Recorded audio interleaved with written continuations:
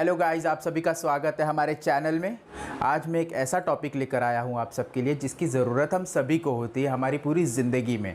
तो सबसे पहली बात मैं आप लोगों को ये बता दूं कि हमें जब भी किसी से बात करनी होती है, जैसे ही हम हमारे लैंग्वेज में बात करते हैं, हमारी भाषा में बात करते हैं, तो हमें वो एक कम्युनिकेशन का पार्ट होता है। हम किसी से अपनी बातें एक्सप्रेस कर रहे हैं, किसी को अपनी बातें समझा रहे हैं। अगर वो हमारी बातें अच्छे से समझ सकता है, इसका मतलब हमारा कम्युनिकेशन स्किल अच्छा है।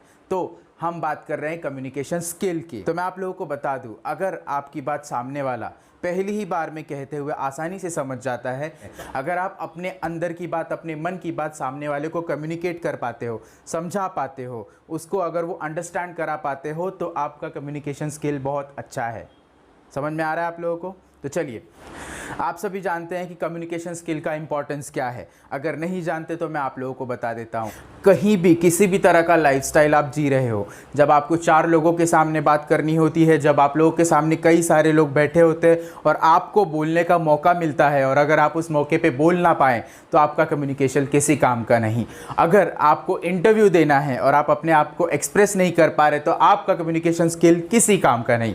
तो हमें इसका इंपॉर्टेंस समझ में आ गया है कि कम्युनिकेशन स्किल क्यों ज़रूरी है, ताकि हम अपने अंदर की बात, अपने मन की बात सामने वाले को समझा सकें। अब हमें पता चल गया है कि कम्युनिकेशन स्किल का इंपॉर्टेंस हमारे लाइफ में क्या है। इसी तरह कम्युनिकेशन स्किल होता क्या है, व्हाट इज़ कम्युनिकेशन स्किल। अगर अभी भी आप लोगों को क्लियर नहीं हुआ है तो मैं आप लोगों को बता दूं कि जब आप अपनी बातें सामने वाले को समझा लेते हो और उसे वो बात अच्छे से समझ में आती है तो आपका कम्युनिकेशन स्किल बेहतर है। लेकिन अगर उसे वो बात नहीं समझ में आती आपके बार बार समझाने के बाद भी, तो आपका communication skill is zero. So now, communication skill में सीधी तरह से कहें तो एक वर्बल या नॉन वर्बल तरीके से हमें अपनी बातों को एक्सप्रेस करना होता है और उसे लोगों को समझाना होता है कि आखिर हम कहना क्या चाहते हैं। So basically that is communication.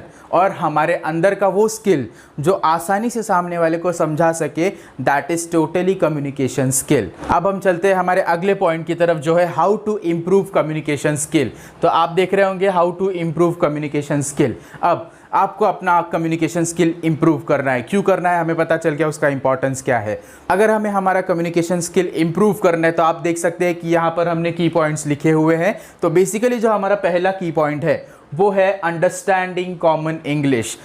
But जब बात आती है इंग्लिश की, जहाँ पर हमें अपने आप को इंग्लिश में एक्सप्रेस करना होता है, हमारी बातें इंग्लिश में समझानी होती है, तो कई तरह के बैरियर कई लोगों के साथ क्रिएट हो जाते हैं। क्योंकि प्रॉपरली इंग्लिश तो सीखा ही नहीं हमने। अगर हमें इंग्लिश बोलनी भी आती है तो हम अटक अटक के बोलते हैं। एक्चुअली हमें करना क्या है, सबसे पहले तो हमें इंग्लिश के वो कॉमन सेंटेंसेस, वो कॉमन वर्ड्स जो डेली लाइफ में यूज़ होते हैं, जो लोग हमेशा बोलते हैं, हमेशा सुनते हैं, तो आपको उन कॉमन चीज़ों को सुनना चाहिए, समझना चाहिए और सीखने की कोशिश करनी चाहिए। आते हैं हमारे अगले की पॉइंट की तरफ, जो है स्पीकिंग अप। तो आप अगर लोगों को सिर्फ सुनते ही रह जाएंगे तो खुद कब बोलेंगे, आपको खुद भी तो बोलना पड़ेगा। जो कुछ भी आप इंग्लिश में कॉमन सेंटेंसेस है, कॉमन वर्ड्स हैं, इनको बोलना शुरू करो। शीशे के सामने, आईने के सामने, हमारे जो घर में मिरर होता है हमारा, जिसमें हम अपने आप को देख के मेकअप करते हैं, ऐसी जगह पर जाकर अपने आप को सामने खड़ा होकर टेस्ट करो कि मैं कितने सारे वर्ड्स बोल सकता हूँ, किस तरीके से मैं इंग्लिश को बाहर निकाल सकता हूँ। क्योंकि जब तक हम खुद के सामने नहीं बोल पाते तब तक हम दुनिया के सामने कैसे बोलेंगे। और हमें दुनिया के सामने आना ही है, हम घर के अंदर रह तो नहीं सकते ज़िंदगी भर। हमें दुनिया के सामने जाना है, दुनिया के सामने अपने आप को रखना है, हमें अपनी एक पहचान बनानी है दुनिया के सामने। तो हमारी पहचान अगर हमें उन्हें बतानी है तो हमें बोलना भी तो आना चाहिए। तो आज के ज़माने में अगर आपको अपने बारे में बताना है तो सबसे पहले आपको खुद को बताना होगा कि आप कौन हो।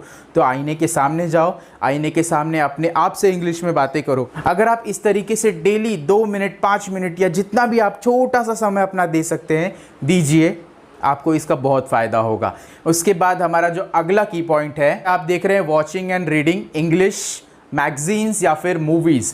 ज़्यादातर लोगों को आदत है वो रील्स देखने की इंस्टाग्राम पे या टिकटॉक की तरह जो अलग अलग ऐप आए हुए हैं, टकाटक या ऐसे ही कोई नाम है उनके, तो उनके ऊपर वीडियोस देखते रहते हैं स्क्रॉल कर करके। तो इसमें टाइम वेस्ट करने से अच्छा आप अगर उसमें से कुछ मिनट, 5 मिनट, 10 मिनट अपने इंग्लिश का कोई भी वीडियो देखने में लगा देते हैं यूट्यूब के ऊपर, उसके सबटाइटल्स अगर होंगे तो उसका आपको एक अलग फ़ायदा होगा। ये एक ट्रिक है कि अगर आप इंग्लिश मूवी देख रहे हो या इंग्लिश वीडियो देख रहे हो तो उसके सबटाइटल्स ऑन रखो या सबटाइटल्स वाली ही मूवी या वीडियो देखो, जिससे कि अगर आपको कोई वर्ड उनका समझ में नहीं आ रहा है तो आप उसको सबटाइटल में देखकर समझ सकते हो कि आखिर इसने ये क्या कहा, उसका स्लैंग कैसा था, वो किस तरीके से बोलना चाहता था। ये हमें सीखना ज़रूरी है, तो ये काफ़ी फ़ायदेमंद साबित होगा। जैसे एक वीडियो देख लिया 10 मिनट्स का, तो एक मैगजीन या न्यूज़पेपर इंग्लिश में पढ़ लिया, तो जिसमें आप एक टॉपिक पढ़ लो। आपको ज़रूरत नहीं, आपको डिबेट पे नहीं जाना है, आपको प्राइम मिनिस्टर के साथ मीटिंग नहीं करनी है वो मैगजीन पढ़ के, बट आपको वो मैगजीन पढ़ने के बाद, कोई भी एक टॉपिक पढ़ने के बाद, तो आपको नए नए सेंटेंसेस और नए नए वर्ड सीखने को मिल जाते हैं। तो इसका क्या फ़ायदा होता है आप समझ ही रहे होंगे।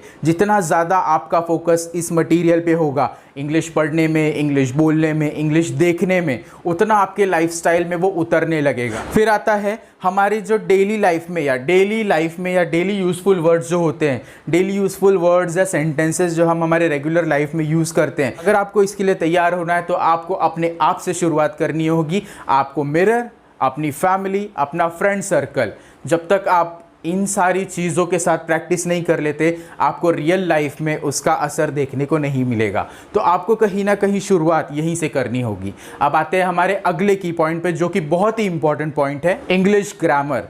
तो आप लोगों को तो पता है, हम हिंदी में बात करते हैं, मराठी में बात करते हैं, या हमारी जो भी मदर टंग होती है, जब हम उसमें बात करते हैं तो हमें ग्रामेटिकल एरर्स होते ही नहीं है। क्यों पता है ना? क्योंकि हम बचपन से या पैदा हुए हैं तब से वही बातें सुनते आ रहे हैं, तो हमारी कभी भी ऐसी भाषा में बात करने में गलतियां नहीं होती। बट जो लैंग्वेज हमने स्कूल में जाकर सीखना शुरू किया, 10 साल तो हमने लगा दिए उस इंग्लिश सब्जेक्ट को A से लेकर Z तक सीखने में, प्रॉपरली सीखने में। फिर भी 10th पास आउट होने के बाद कई ऐसे किड्स होते हैं जिनको इंग्लिश में बोलना क्या, पढ़ना तक नहीं आता। जब मैंने भी अपना 10th पास किया था तो मैं भी इतना स्कॉलर नहीं हो गया था इंग्लिश में, बट मैंने उसके ऊपर काम किया। मैंने धीरे धीरे कोशिश की उसे पढ़ने की। जिस तरीके से मैं आपको टेक्निक्स बता रहा हूँ, ये मेरी अपनी टेक्निक्स है जो मैं खुद के साथ करता था। तो आज कहीं ना कहीं मैं उसको 60 या 80% इम्प्रूव कर पाया। बेसिकली ये इंग्लिश ग्रामर हमारे लिए इतना ज़रूरी क्यों है? तो देखिए, जब तक हमारा ग्रामर करेक्ट नहीं होगा, हमारा इंग्लिश में बोला हुआ कोई भी सेंटेंस करेक्ट नहीं होगा, क्योंकि ग्रामर ही बताता है कि आप बात बीती हुई बता रहे हो रही बात बता रहे हो, होने वाली बात बता रहे हो।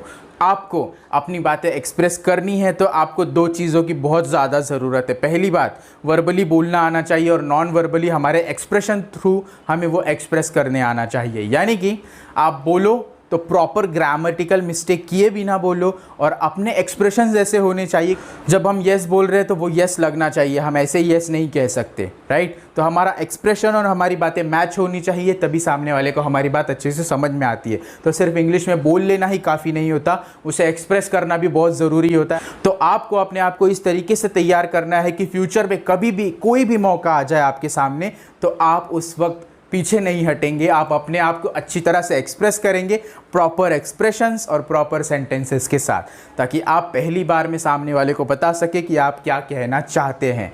तो आखिर में मैं बात करूंगा सबसे इंपॉर्टेंट पार्ट के बारे में, जो कि है आपका कॉन्फिडेंस, आई कॉन्टैक्ट और स्माइलिंग फेस। सारा कुछ एक्सप्रेशन के साथ अगर प्रॉपर हो और अपनी बातों को आप अच्छी तरह से एक्सप्रेस कर पाते हो, तो अब आपका एक्सप्रेशन और कम्युनिकेशन अच्छी तरह से सुधरने लगेगा। तो हमें अपने कॉन्फिडेंस को बिल्ड करते रहना चाहिए, ऐसी ऐसी चीज़ों को सीखना चाहिए जिसमें हम वीक हैं। अगर हम हमारी वीकनेस पर काम करते हैं तो हमारी वीकनेस ही हमारी स्ट्रेंथ बनती है, जो कि हमारे बाकी स्ट्रेंथ से ज़्यादा पावरफुल होती है। तो हम लोगों को हमारी इंग्लिश जो कि हमें नहीं बोलनी आती, इसको वीकनेस नहीं समझना है, इस वीकनेस को हमें कन्वर्ट करना है हमारी स्ट्रेंथ में, जो कि हमारी सबसे बड़ी स्ट्रेंथ बनेगी और हमारे लिए फ्यूचर में काफ़ी लाभदायक होगी। तो कैसा लगा आप लोगों को हमारा ये वीडियो? आगे के कुछ पार्ट्स हमारे वीडियोस के ग्रामर पर होंगे, जिसमें मैं आप लोगों को ग्रामर समझाऊंगा, ग्रामर का यूज़ क्या है हमारे कम्युनिकेशन में, और इंग्लिश ग्रामर की मदद से कितनी प्रॉपरली बोली जा सकती है, इसके बारे में अच्छी तरह से आप लोगों को समझाऊंगा।